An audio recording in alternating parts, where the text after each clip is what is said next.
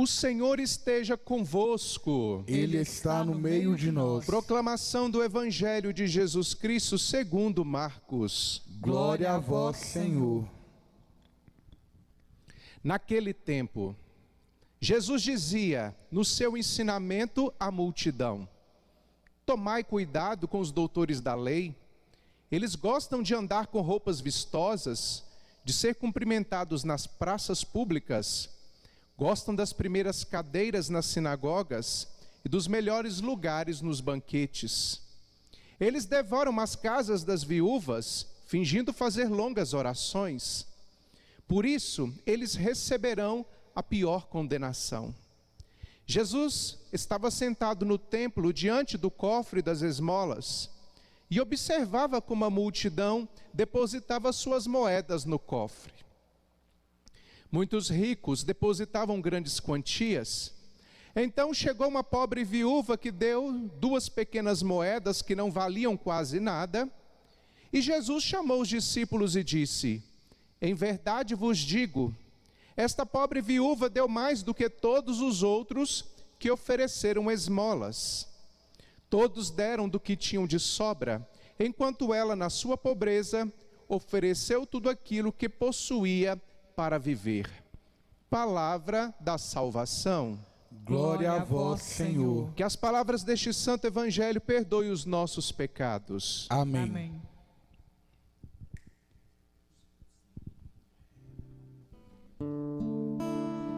Quero, antes do ministério, começar com a música, uma música propícia ao clamor do Espírito Santo para nós adentrarmos a palavra de Deus. Eu gostaria que você abrisse o seu coração e a sua mente. E nós te pedimos, Senhor Jesus, nessa santa homilia, dai-nos, Senhor, o dom do entendimento, porque o dom do entendimento é dom do Teu Espírito Santo.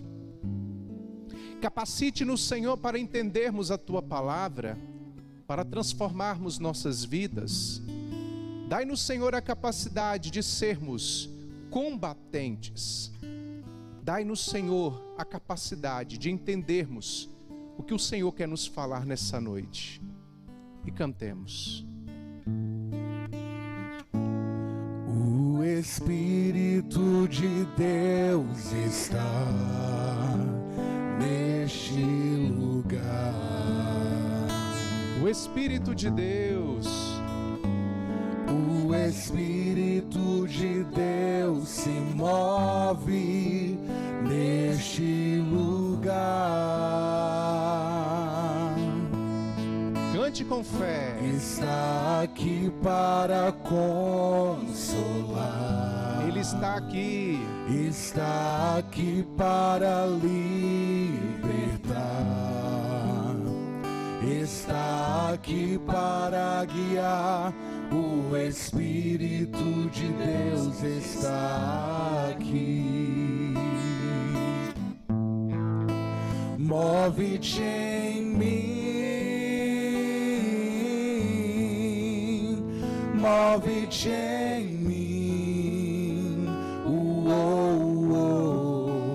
Toca minha mente, o meu coração. Enche minha vida com teu amor. Move-te em mim, Deus Espírito, move-te em mim. Traga as mãos na sua cabeça e canta mais uma vez esse refrão. Move-te em mim, move-te em mim. Toca minha mente, o meu coração. Enche minha vida com teu amor. Move-te em mim, Deus Espírito, move-te em mim. Amém?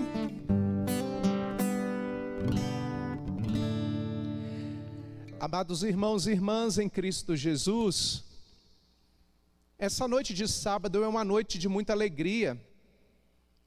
Eu particularmente, como sacerdote, quando eu vou meditar a palavra de Deus para falar dela a vocês, me sobe como se fosse um calor intenso do Espírito Santo, como se fosse, não é, esse calor do Espírito Santo. E eu, cada vez mais que eu vivo o meu ministério presbiteral, sacerdotal, eu o vivo na alegria de que eu nasci para isso. Por que o padre está dizendo isso para você? Na primeira leitura, Paulo apóstolo está escrevendo ao jovem Timóteo. Timóteo é um jovem de mais ou menos, talvez entre os seus 18, 20, alguma coisa parecida.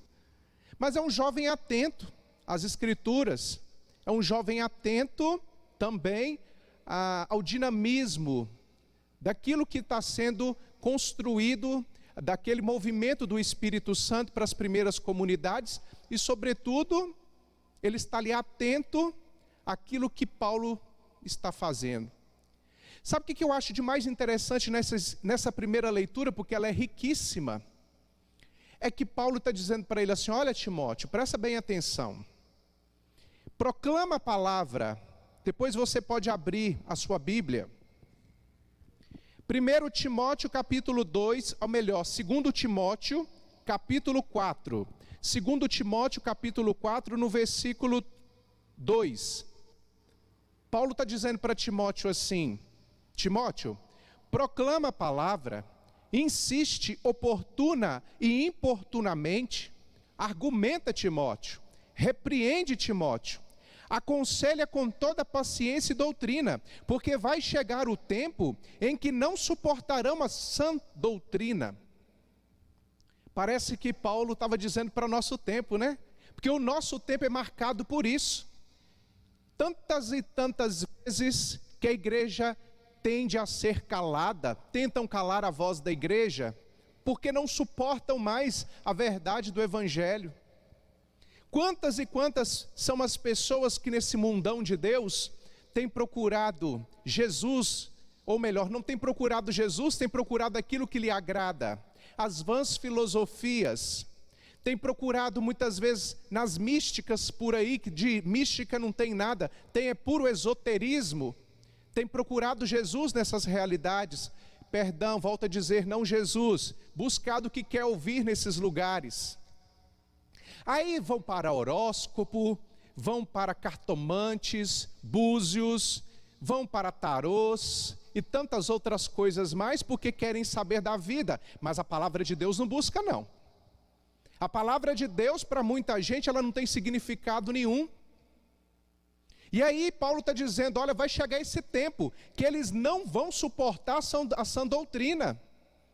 Eles não vão suportar a sã doutrina. Eu acho tão interessante, porque já Paulo também, lá na carta aos Gálatas, presta atenção, na carta aos Gálatas, capítulo 1, versículo 8, diz assim: se alguém, nós ou um anjo, baixado do céu, vos pregar um evangelho diferente daquele que temos anunciado, seja considerado maldito.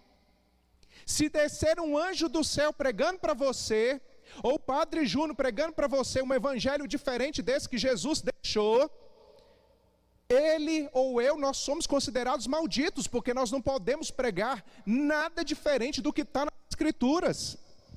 Quer aceitem ou não aceitem, a palavra de Deus ela vai permanecer. A gente não pode brincar com isso, porque se a gente brinca com a verdade, a gente brinca com a nossa salvação. E eu, particularmente, eu sou daquela teoria, que eu não vim a esse mundo para buscar aplausos, não vim nesse mundo para buscar reconhecimento.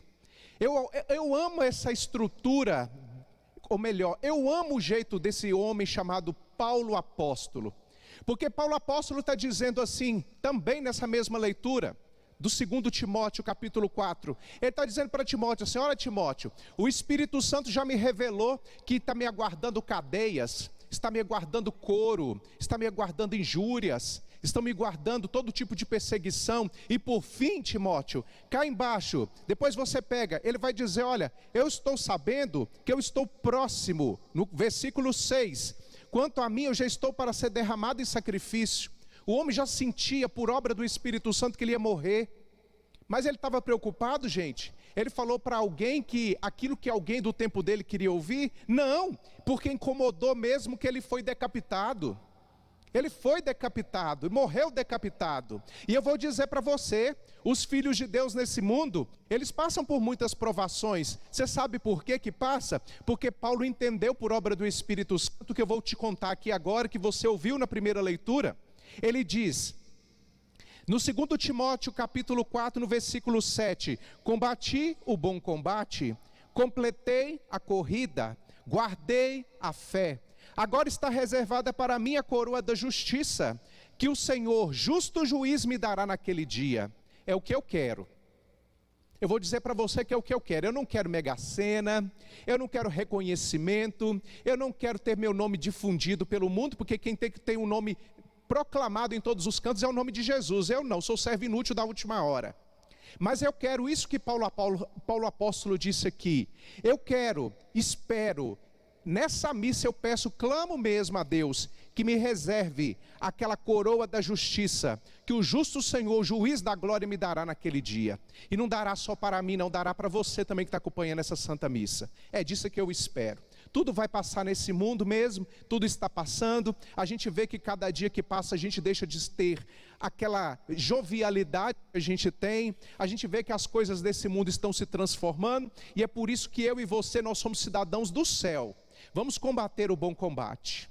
Vamos manifestar a vontade de Deus, sem medo, oportuna e importunamente. Mesmo que não nos aceitem, vamos pregar a palavra de Deus. Porque esse mundo nosso, que está permeado de injustiças, mergulhado numa cultura de morte, que promove aborto, que promove a eutanásia, que mata a vida do inocente, que muitas vezes sacrifica o pobre, que muitas vezes oprime a viúva e o órfão, esse mundo precisa ser reconfigurado com a palavra de Deus. O mundo do jeitinho que está aí, ele não é o mundo sonhado por Deus, não. Também, na primeira leitura, tem uma coisa que é para você e para mim. Ele diz, cumpre com perfeição teu ministério.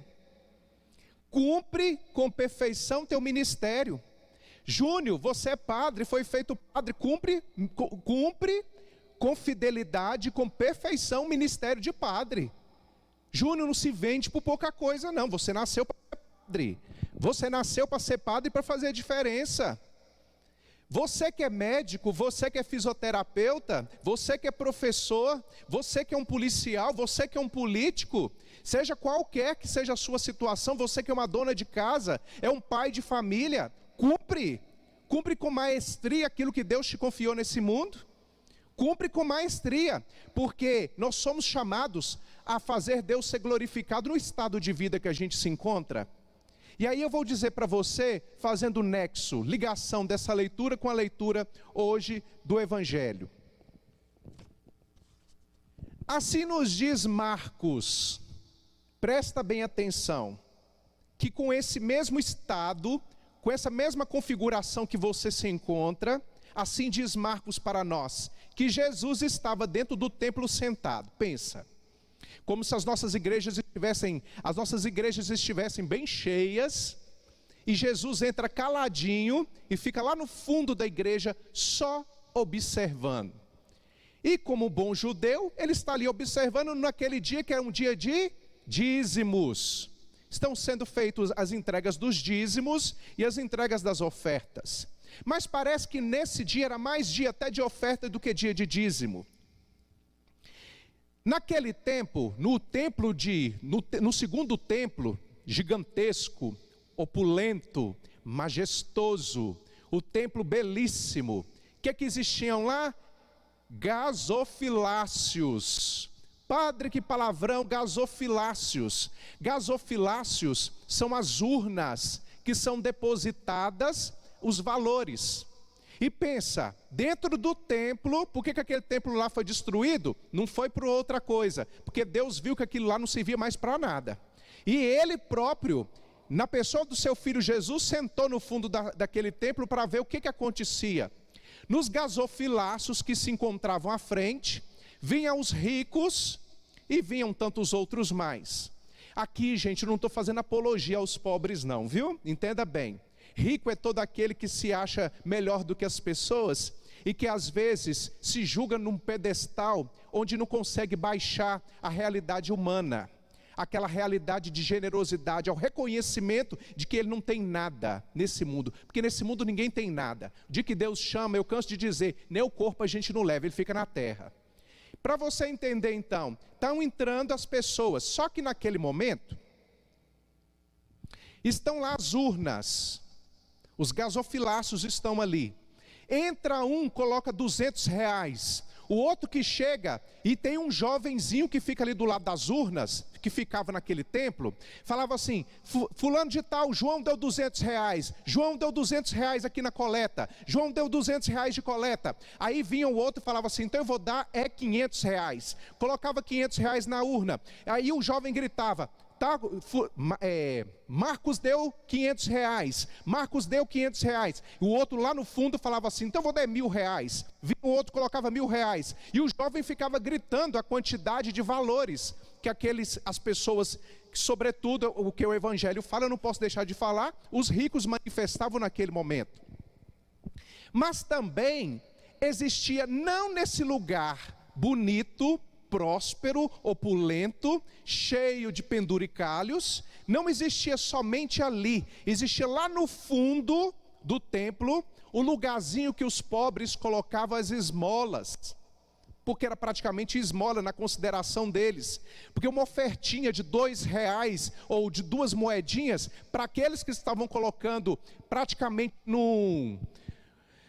para ser sincero, a palavra certa é um leilão, para aqueles que estavam fazendo como se fosse um leilão, colocando, medindo a quantidade que um e outro dava, quem vai dar 2 moedinhas é considerado uma esmola.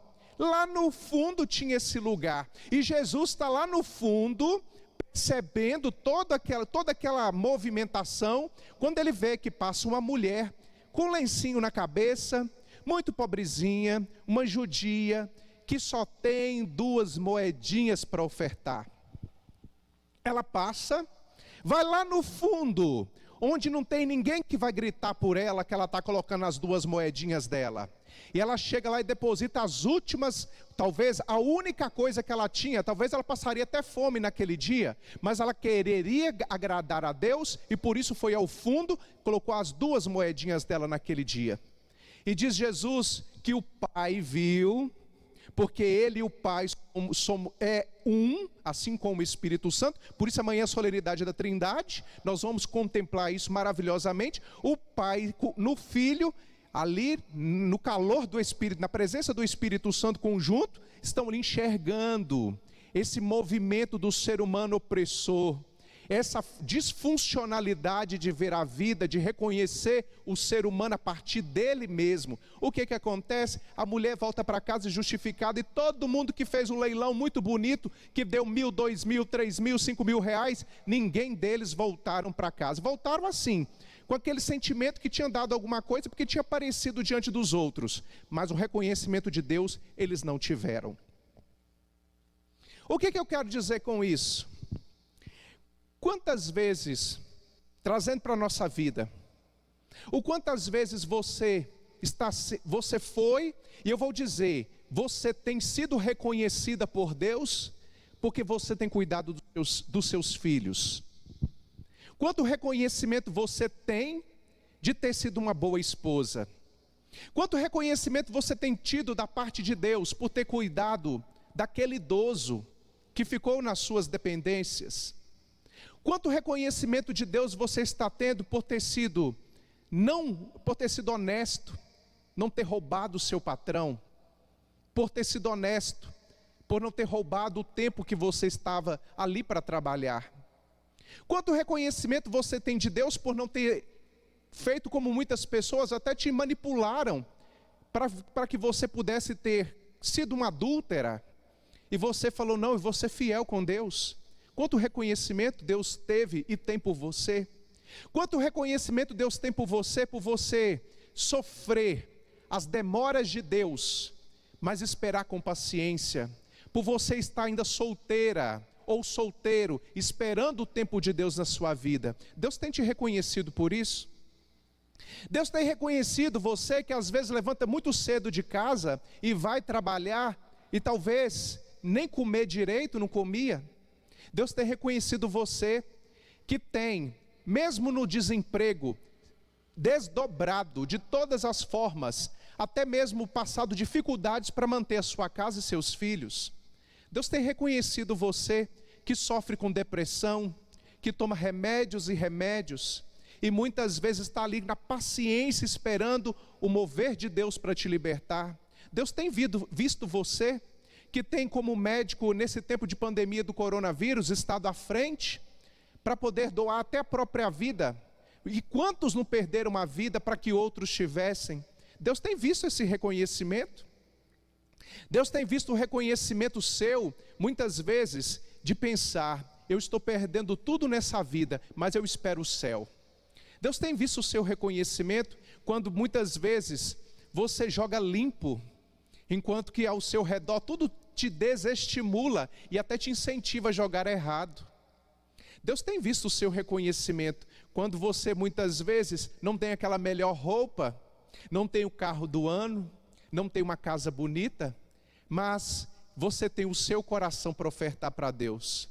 Deus tem visto o seu reconhecimento de ser fiel com Ele, de ter as crises de enxaqueca, de ter dores fortes de cabeça, ou mesmo de estar muitas vezes num sentimento de abandono, de se sentir abandonado, ou às vezes abandonada, e estar ali esperando que Deus vai te visitar. E eu tenho certeza que nesse reconhecimento dessa noite, Deus vai fazer prodígios.